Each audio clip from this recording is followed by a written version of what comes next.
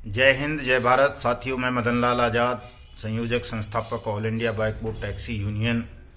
आज दिनांक 24 दिसंबर 2020 को आपके समक्ष प्रस्तुत हूँ राजधानी दिल्ली से bike Bot Hello Taxi Top ride etc ठगी प्रकरणों के संदर्भ में आपको विशेष सूचना देने के लिए।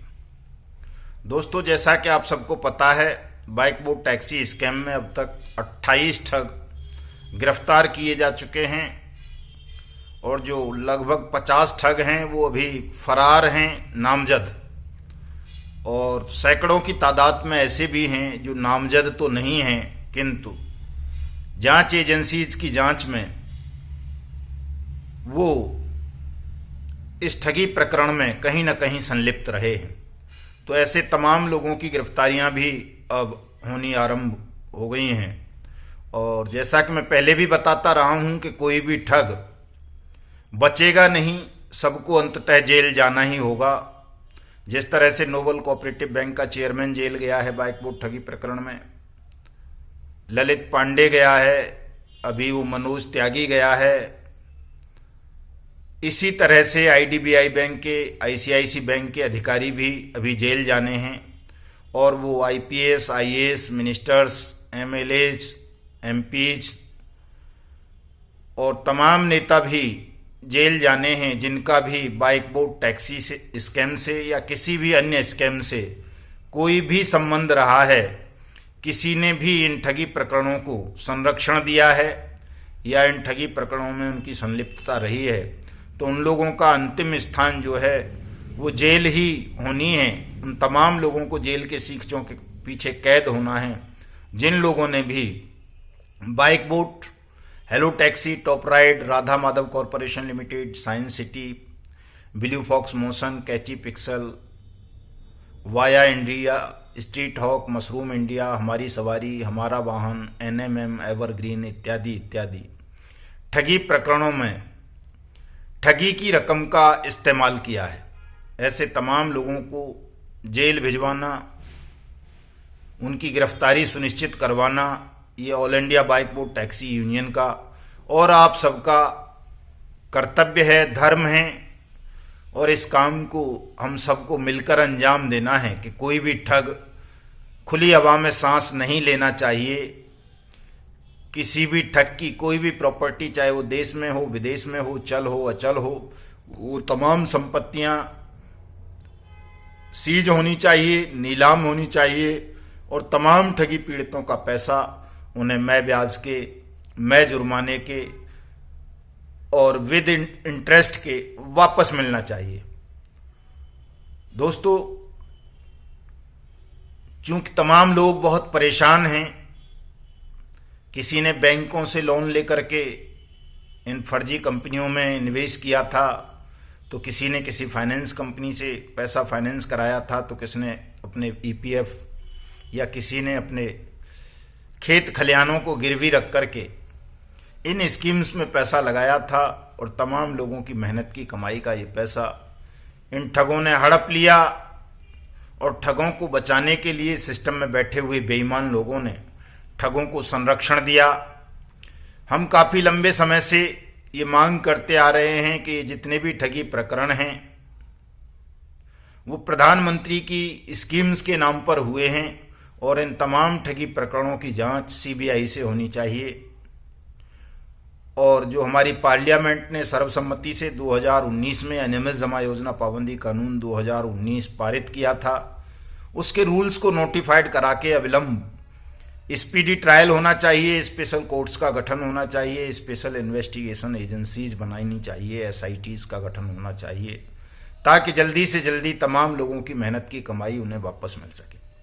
लेकिन दोस्तों, ये जो सरकार है, बेईमान सरकार, ये बड़ी धीमी गति से काम कर रही है।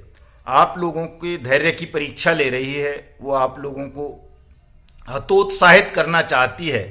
सरकार और ठगों की मिलीभगत नहीं होती तो ये तमाम स्कैम बहुत पहले ही सरकार को सुओ मोटो एक्शन लेते हुए सीबीआई के हवाले कर देने चाहिए थे।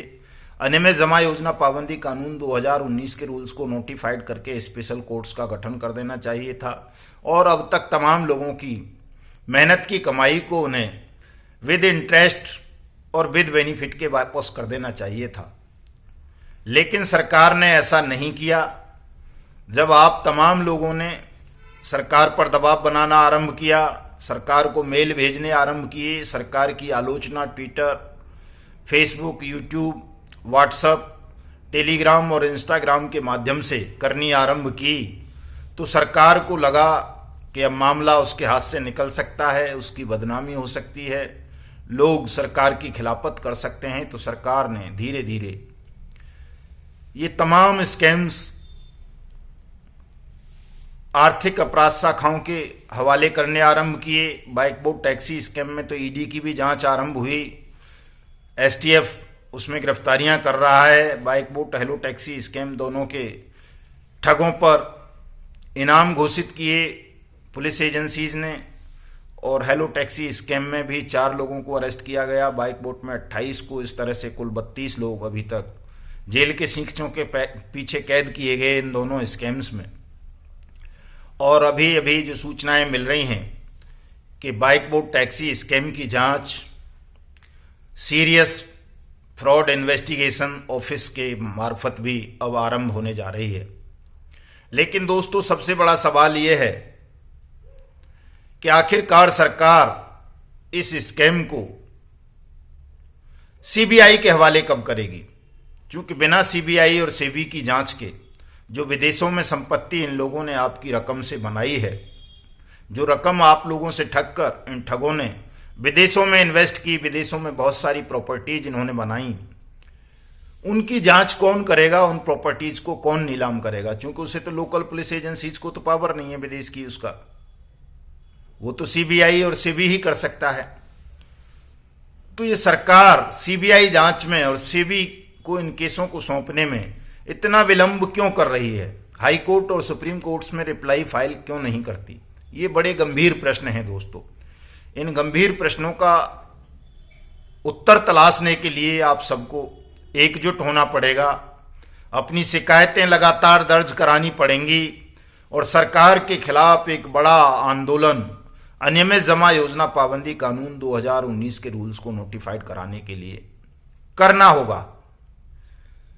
आज करे कल करे, सरकार को अंततः इन मामलों को सीबीआई और सेबी के हवाले करना होगा। इन तमाम ठगों को जेल के सींचों के पीछे भेजना होगा। जो ठग ये सोच रहे हैं बद्रीनाथ तिवारी जैसे, या वो जो आईपीएस आईएएस या मिनिस्टर्स इन स्कैम्स में इन्वॉल्व रहे हैं, उनको ऐसा लगता है कि वो बच जाएंगे सत्ता की गोद में बैठकर। दोस्तों, किसी भी ठग के किसी भी आका को, दलाल को बचने नहीं देना है। तमाम लोगों को हमें जेल के सींचों के पीछे कैद करवाना है। इसके लिए बहुत आवश्यक है कि आप तमाम लोग, चाहे आप किसी भी ठगी प्रकरण के शिकार हुए हैं, अपनी अपनी शिकायत अवश्य दर्ज कराएं, अपने क्लेम अवश्य दाखिल करें, ताकि सरकार को पता चल सके कि किस तरह प्रधानमंत्री की स्कीम्स के नाम पर ठगों ने हमारे देश के लगभग 20 करोड़ लोगों के साथ ठगी की है। Bike Bot Hello Taxi Top ride scam की मैं बात करूं तो इन स्कैम्स में तो हमारे देश के 2 लाख से अधिक सैनिकों को ठगा गया है, उनके शरीर के खून को निकालकर अंतर्राष्ट्रीय बाजार में बेचा गया है। और ऐसे ठग, वो रक्तचोर जिन्होंने सेना के रक्त की चोरी की और उसे खुले बाजार में बेच दिया, वो ठग बद्रीनाथ तिवारी जैसे अभी खुले घूम रहे हैं। ये बहुत शर्म की बात है दोस्तों। ऐसे तमाम ठगों को गिरफ्तार करवाने के लिए हम 30 जनवरी 2021 से एक विशेष आंदोलन, सत्याग्रह आंदोलन आरंभ करने जा रहे हैं।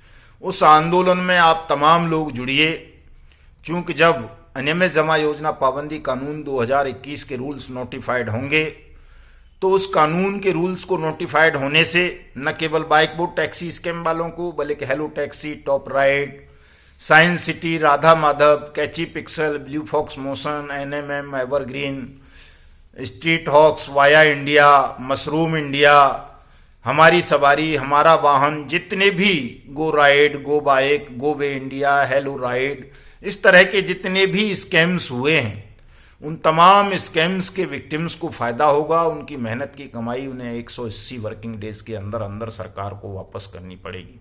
इसलिए इस वीडियो संदेश के माध्यम से मैं 2 अपील आप तमाम लोगों से करना चाहता हूं कि एक तो तमाम लोग all India bike board taxi union की मेंबरशिप लें, अपना क्लेम और अपनी शिकायत सीधे सीधे जांच एजेंसीज को, अपनी राज्य सरकारों को और सेंट्रल गवर्नमेंट के पास मेल के माध्यम से भेजें, स्पीड पोस्ट के माध्यम से भेजें, रजिस्टर्ड डाक के माध्यम से भेजें या फिर all India bike board taxi union को आप अपनी शिकायत, अपनी डिटेल व्हाट्सअप करें, मेल करें।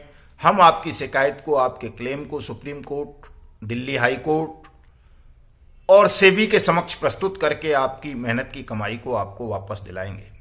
दूसरी अपील साथियों ये है कि जो 30 जनवरी 2021 का हमारा आंदोलन है अनियमित जमा योजना पाबंदी कानून 2019 के रूल्स को नोटिफाइड कराने के लिए, ठगमुक्त बेईमान रहित भारत का निर्माण कराने के लिए, उससे आप तमाम लोग जुड़िए और हम जो भी पोस्ट्स इस आंदोलन के विषय में सोशल मीडिया पर डालें उसको वायरल कीजिए। ज्यादा से ज्यादा लोग हमारे यूट्यूब चैनल को, इसको युगांतर न्यूज को सब्सक्राइब कीजिए, हमारे ट्विटर हैंडल युगांतर न्यूज को जाकर के फॉलो कीजिए, हमारी फेसबुक पेजों से और आईडीज से जुड़िए। लिंक इस वीडियो संदेश के डिस्क्रिप्शन में होंगे, वहां से आप सीधे सीधे हमसे जुड़ सकते हैं। अपनी समस्या, अपनी शिकायत, अपना क्लेम हमें बता सकते हैं कि आपका इन्वेस्टमेंट कितना था, किस डेट में आपने किया था, किस स्कीम में किया था। ये चीजें आप हमें भेज देंगे तो हम आपका दावा, आपकी शिकायत सरकारी एजेंसीज के समक्ष प्रस्तुत करके, कोर्ट के समक्ष प्रस्तुत करके आपका पैसा आपको दिलाएंगे। इसलिए दोस्तों, आप तमाम लोग अब उदासीनता के भाव को त्याग दें, चूंकि आपकी लड़ाई काफी आगे जा चुकी है। ठगों पर मजबूत शिकंजा कसा जा चुका है। कोई भी ठग जो अरेस्ट हो चुका है वो जेल से बाहर नहीं निकलेगा और जो खुले घूम रहे हैं वो ज्यादा लंबे समय तक अब खुली हवा में सांस नहीं ले पाएंगे। उन सबको जेल जाना होगा। थोड़ा सा संघर्ष है, थोड़ा सा साहस का काम है, थोड़ी सी मेहनत है दोस्तों, इसे और तमाम लोग कर लीजिए और अब मिलजुल कर अपने संगठन के माध्यम से इन तमाम ठगों का सर्वनाश सुनिश्चित करते हुए अपनी मेहनत की कमाई को वापस पाने के लिए प्रयास कीजिए। आज कोई विशेष सूचना और इसके अलावा मेरे पास नहीं है। ये वीडियो संदेश मैंने आप सबसे ये अपील करने के लिए ही बनाया है कि आप तमाम लोग एकजुट हों, संगठन बनाएं, सोशल मीडिया प्लेटफॉर्म से जुड़ करके इन तमाम पोस्ट्स को वायरल करें। अपने स्टेटस पर भी, व्हाट्सएप के पर, इंस्टाग्राम के पे, टेलीग्राम के पे और अपना फेसबुक के पर लगा लिया करें इन पोस्ट्स को, ताकि ये जो 30 जनवरी का हमारा आंदोलन है अनियमित जमा योजना पाबंदी कानून 2019 के लिए, वो ज्यादा से ज्यादा लोगों तक पहुंच सके और एक प्रभावशाली आंदोलन खड़ा करके हम जल्दी से जल्दी इस कानून के रूल्स को नोटिफाइड करा लें, ताकि आप सबका पैसा आपको वापस मिल सके। जय हिंद, जय भारत।